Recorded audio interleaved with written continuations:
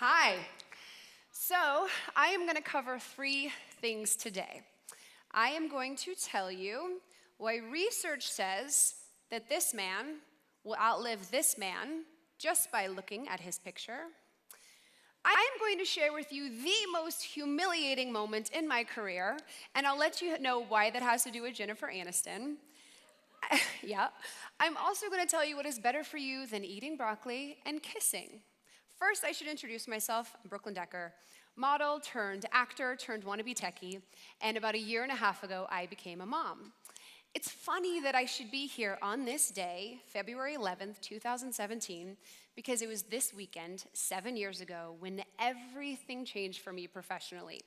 Now, I should backtrack a little bit. When I was 18 years old, I moved to New York to become a model, and modeling goes in trends, right? So I was modeling at a time when having a personality, smiling, really speaking in general was not very encouraged. I remember one person telling me that I shouldn't smile because smiling didn't make me look cool and I wouldn't get hired if I didn't look cool. Turns out they were right, didn't work very much. But there was something different out there, the Sports Illustrated swimsuit issue. Now, Sports Illustrated has been doing for years something that magazines have only recently caught on to. They would do profiles on the models in the magazine, which shockingly was groundbreaking 12 years ago. They wanted to know who you were. Now, SI aside, I was feeling very frustrated in my career. It was very clear at that time that my brand of self was not in style. All of my friends were in college, and I really missed studying. So my manager said to me, "Why don't you study acting?" Turns out I had had a little experience acting. My first major role was Pink Bunny in Winnie the Pooh. That's Rabbit's niece. Bet you didn't know that character existed, did you? Yeah, well, I rocked the heck out of that non-speaking role. And the reason I'm telling you this is because it brings us to that big, important weekend 7 years ago. So, I found out that I had gotten the cover of the highly coveted Sports Illustrated swimsuit issue and nabbed my first co-starring role in a major feature film starring, guess who? Jennifer Aniston and Adam Sandler. I was like, what? I am so talented. My future's gonna be huge. Oh, to have that 22-year-old optimism again. Unfortunately for me, the reviews for my performance came out. One critic said, quote, "The cinematically curvaceous, though not particularly good at acting, Brooklyn Decker, ... I don't even remember what the rest of the sentence said because I sort of blacked out. If you can believe it, I actually got hired again. And to that performance, a critic said, quote, "Decker's eyes toggled between blank and very blank," which was so awesome to hear. Yeah. When my eyes finally got some life back into them, I thought to myself, well, that's really weird. I thought I was really good at this. How can this be? The reviews were downright mean. And let's be honest, being mean can be seen as cool. I felt like a loser. And in those early years, when I was ready to throw in the towel, I just stopped and asked myself, why are people hiring me? I mean, this is Hollywood, right? There are plenty of people blonder, prettier, smarter, better connected. And as far as the critics were concerned, it clearly wasn't for my talent. And the reason I'm telling you all of this is because I want you to know that what I'm about to say is not a humble brag. I am not being self-deprecating for the sake of being self-deprecating. People who get paid to watch movies and critique performances said that I sucked repeatedly. So you might be wondering, like I was for so long, why did this girl get her big break? Well, I'm about to tell you. I'm about to share the secret to my success. Wait for it.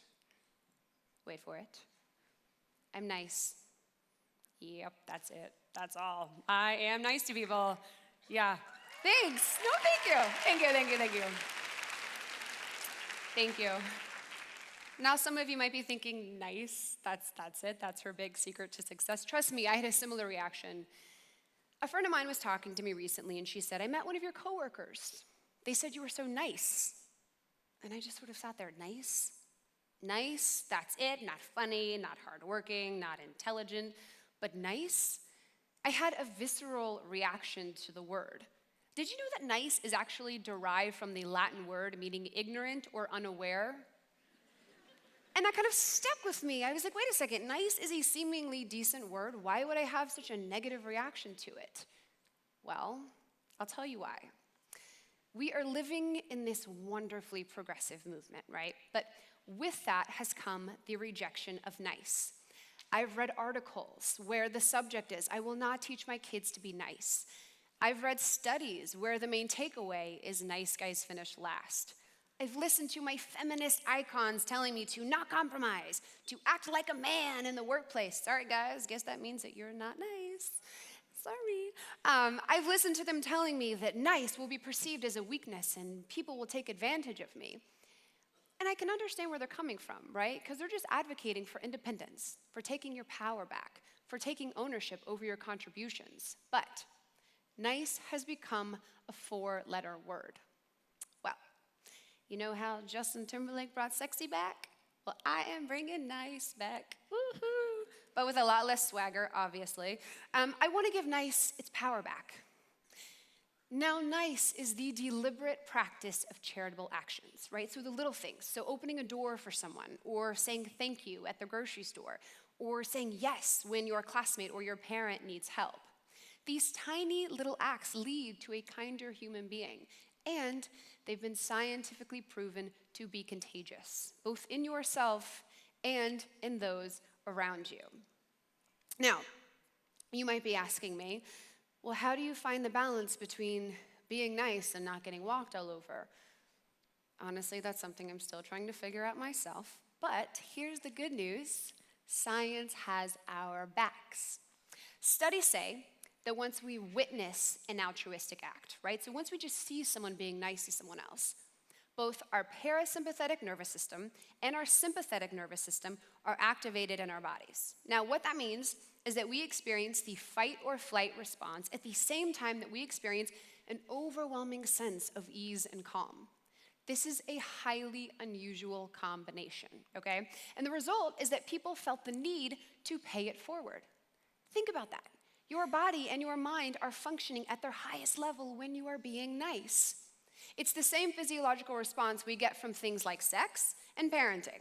And trust me, as a new mom, it is so much easier to be nice than to be a parent.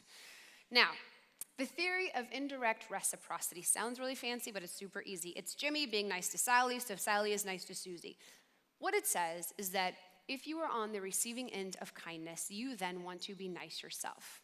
Now think about that in the workplace, right? Let's say you have a boss who takes you for granted. Or let's just say there's a really, really, really annoying person who just cut you in line. If you treat them nicely, you subliminally motivate them to treat you nicely. Now, I think it's really important to note here that being nice doesn't mean squashing one's own feelings of anger. It doesn't mean that you need to be disingenuous. It doesn't mean you need to avoid a conflict to be nice. Sometimes one of the nicest things you can do is to approach a situation or a conflict head on and handle it with kindness, with simplicity, with honesty. Not only are you racking up the good karma, but you're actually changing your environment into a more positive one. Now, this brings me back to the reason that I keep getting hired. If being nice is contagious, and if being nice boosts morale in the workplace, why would you not want to hire nice people? Studies show that CEOs who lead with niceness over competence actually gain the trust of their employees more easily, and they have a higher retention rate. So think about that. Employees who have nice bosses, they want to stick around.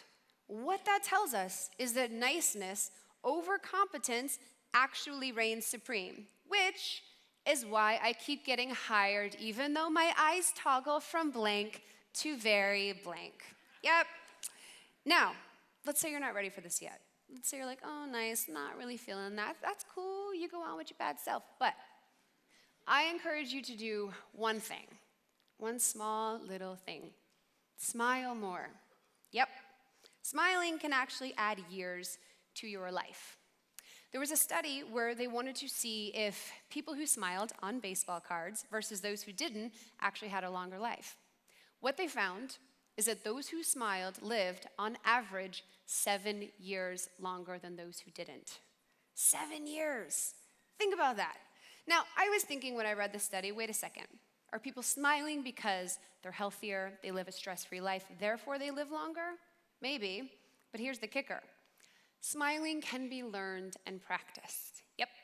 So if you are regularly sporting a frown, you can actually practice smiling in the mirror and you will add time to your life. Now, who tends to smile more on average? And who tends to live a longer, healthier life? Women. Yeah. So, feminists, unite. The next time a man walking down the street tells you to smile, go for it. You'll see who gets the last laugh. Now, I feel like we're living in a time, on the heels of that, when snark and cynicism reign supreme. And oh, do I love myself some snark. But I can't help but to feel that it's permeated every aspect of our culture. Parents are being taught that they shouldn't tell their kids to be nice. Kids are being taught that if you're nice, it can be perceived as weak, or even worse, fake. We're being told to resist, to stand up, to rise up. And while all of this is significant, and especially right now, hugely, hugely important, we can't forget that which makes us kind and nice and compassionate. I know that I wouldn't be here today, still working with a career that I am proud of. I can tell you from personal experience that being nice will cause people to take advantage of you because they'll think that they can control you, that you're this malleable thing. But listen to this. Being nice, putting one's own needs aside to accommodate someone else's, that takes strength. That takes patience. That gives you a quiet, lasting power, and maybe even a longer life.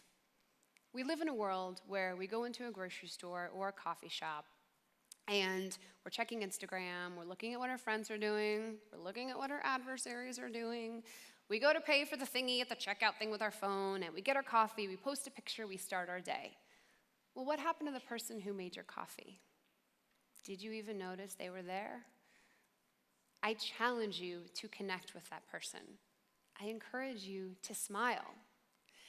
In a world when we need it most, being nice is the simplest, most surface-level action one can take to change yourself, to help each other, and hopefully to change the world.